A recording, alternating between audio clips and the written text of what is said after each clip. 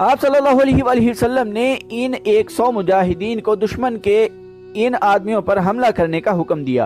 مجاہدین ان کے عقب سے ان پر ٹوٹ پڑے۔ حوازن کے آدمی بوکھلا گئے اور مقابلے کے لیے سنبھلنے لگے، لیکن مجاہدین نے انہیں سنبھلنے کی مہلت نہ دی۔ ان میں سے بہت سے بھاگ نکلے، ان کے زخمی اور ہلاک ہونے والے پیچھے رہ گئے۔ وہ تو اچانک ایسے حالات پیدا ہو گئے تھے کہ مجاہدین میں بھگدڑ مچ گئی تھی، ورنہ وہ ہمیشہ اپنے سے کئی گنا زیادہ دشمن سے لڑے اور فاتح اور کامران رہے تھے۔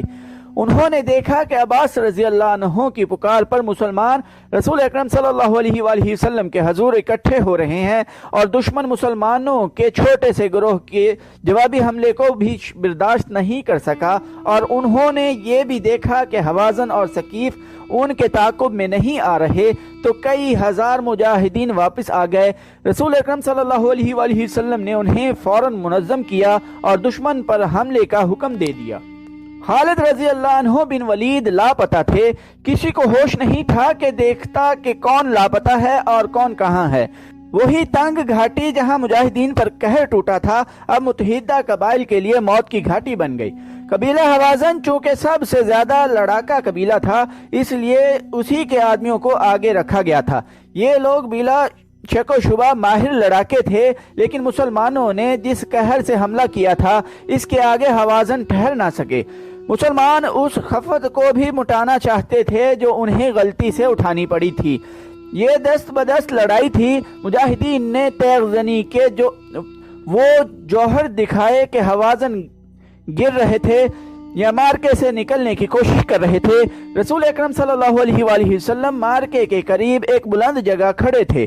آپ صلی اللہ علیہ وآلہ وسلم نے للکار کر کہا، انا النبی لا کذب، انا ابن عبد المطلب، یہ جھوٹ نہیں کہ میں نبی صلی اللہ علیہ وآلہ وسلم ہوں، میں ابن عبد المطلب ہوں۔ حوازن پیچھے ہٹتے چلے جا رہے تھے۔ وہ اب وار کرتے کم اور وار روکتے زیادہ تھے۔ ان کا دم خم ٹوٹ رہا تھا۔ ان کے پیچھے قبیلہ ثقیف کے دستے تیار کھڑے تھے۔ مالک بن عوف نے چلا کر حوازن کو پیچھے ہٹا لیا۔ قبیلہ ثقیف کے تازہ دم لڑاکوں نے حوازن کی جگہ لے لی۔ مسلمان تھک چکے تھے اور ثقیف تازہ دم تھے، لیکن مسلمانوں کو اپنے قریب اپنے رسول صلی اللہ علیہ وآلہ وسلم کی موجودگی اور للکار نیا حوصلہ دے رہی تھی۔ مسلمانوں کی تلواروں اور برچھیوں کی ضربوں میں جو قہر اور غضب تھا، اور ان کے نعروں اور للکار میں جو گرج اور کڑک تھی، اس نے ثقیف پر دہشت طاری کر دی۔ ثقیف کے لڑاکے جو عرب میں خاصے مشہور تھے، تیزی سے پیچھے ہٹنے لگے۔ پھر ان کے اونٹوں اور گھوڑوں نے بھگدڑ بپا کر دی۔ اس سے دشمن میں وہی کیفیت پیدا ہو گئی جو گھاٹی میں صبح کے وقت مسلمانوں میں پیدا ہو گئی تھی۔ حوازن بڑی بری حالت میں پیچھے کو بھاگے تھے۔ اب ثقیف بھی پسپا ہوئے تو ان کے اتحادی قبائل کے حوصلے لڑے بغیر ہی ٹوٹ پھوٹ گئے۔ وہ افراتفری میں بھاگ اٹھے۔ مالک بن عوف تنگ راستے سے دور پیچھے حوازن کے بھاگے ہوئے دستوں کو یکجا کر رہا تھا۔ اس کا انداز بتا رہا تھا کہ وہ جارحانہ کارروائی سے منہ موڑ چکا ہے اور اپنے دستوں کو دفاعی دیوار کے طور پر ترتیب دے رہا ہے۔ رسول اللہ صلی اللہ علیہ وآلہ وسلم نے یہ ترتیب دیکھی تو آپ صلی اللہ علیہ وآلہ وسلم اپنے لشکر کی طرف پلٹے۔ آپ صلی اللہ علیہ وآلہ وسلم نے دیکھا کہ جو مجاہدین صبح کے وقت بھاگ گئے تھے وہ سب واپس آ گئے ہیں۔ حضور صلی اللہ علیہ وآلہ وسلم نے حکم دیا کہ گھڑ سواروں کو آگے لاؤ۔ ذرا سی دیر میں سوار پیادوں سے الگ ہو گئے۔ آپ صلی اللہ علیہ وآلہ وسلم نے سواروں کو ایک خاص ترتیب میں کر کے حکم دیا کہ حوازن کو سنبھلنے اور منظم ہونے کا موقع نہ دو اور برق رفتار حملہ کرو۔ ان سواروں میں بنو سلیم کے وہ سوار بھی شامل تھے جن پر سب سے پہلے تیروں کی بوچھاڑیں آئی تھیں، اور مسلمانوں کی جمعیت پارا پارا ہو گئی تھی، لیکن بنو سلیم کا کماندار ان کے ساتھ نہیں تھا۔ وہ تھے خالد رضی اللہ عنہ بن ولید، جو ابھی تک کہیں بے ہوش پڑے تھے۔ رسول اکرم صلی اللہ علیہ وآلہ وسلم نے اس سوار دستے کی قیادت زبیر رضی اللہ عنہ بن عوام کے سپرد کی اور انہیں حکم دیا کہ آگے جو درہ ہے اس پر مالک بن عوف قبضہ کیے بیٹھا ہے، اسے درے سے بے دخل کر دو۔ رسول اکرم صلی اللہ علیہ وآلہ وسلم نے جنگ کی کمان اپنے دست مبارک میں لے لی تھی۔ آپ صلی اللہ علیہ وآلہ وسلم کے اشارے پر زبیر رضی اللہ عنہ بن العوام نے ایسا برق رفتار اور جچا طلب ہلا بولا کہ حوازن جو ابھی تک بوکھلائے ہوئے تھے مقابلے میں جم نہ سکے اور درے سے نکل گئے۔ درہ خاصا لمبا تھا۔ رسول اکرم صلی اللہ علیہ وآلہ وسلم نے زبیر رضی اللہ عنہ کے دستے کو درے میں ہی رہنے دیا اور حکم دیا کہ اب درہ جنگی اڈا ہوگا۔ آپ صلی اللہ علیہ وآلہ وسلم نے دوسرا سوار دستہ آگے کیا جس کے کمانڈر ابو عامر رضی اللہ عنہ تھے۔ حضور اکرم صلی اللہ علیہ وآلہ وسلم نے ابو عامر رضی اللہ عنہ کے سپرد یہ کام کیا کہ اوتاس کے قریب متحدہ قبائل کا جو کیمپ ہے اس پر حملہ کرو۔ خالد رضی اللہ عنہ یہاں ہے۔ کسی نے بڑی دور سے للکار کر کہا یہ پڑا ہے۔ رسول اکرم صلی اللہ علیہ وآلہ وسلم دوڑے گئے اور خالد رضی اللہ عنہ تک پہنچے۔ خالد رضی اللہ عنہ ابھی تک بے ہوش پڑے تھے۔ آپ صلی اللہ علیہ وآلہ وسلم خالد رضی اللہ عنہ کے پاس بیٹھ گئے اور ان کے سر سے پاؤں تک پھونک ماری۔ خالد رضی اللہ عنہ نے آنکھیں کھول دیں۔ رسول اللہ صلی اللہ علیہ وآلہ وسلم نے خالد رضی اللہ عنہ کی آنکھوں میں آنکھیں ڈالیں۔ خالد رضی اللہ عنہ اٹھ کھڑے ہوئے۔ انہیں جو تیر لگے تھے وہ گہرے نہیں اترے تھے۔ تیر نکال لیے گئے اور بڑی تیزی سے مرہم پٹی کر دی گئی۔ یا رسول اللہ صلی اللہ علیہ وآلہ وسلم، خالد رضی اللہ عنہ نے کہا میں لڑوں گا، میں لڑنے کے قابل ہوں۔ تو دوستو آج کی ایپیسوڈ ادھر ہی ختم کرتے ہیں۔ چینل کو سبسکرائب کرنا نہ بھولیے گا، لائک، کمنٹ اور شیئر بھی ضرور کیجیے گا۔ ٹائم دینے کے لیے شکریہ۔ اللہ حافظ۔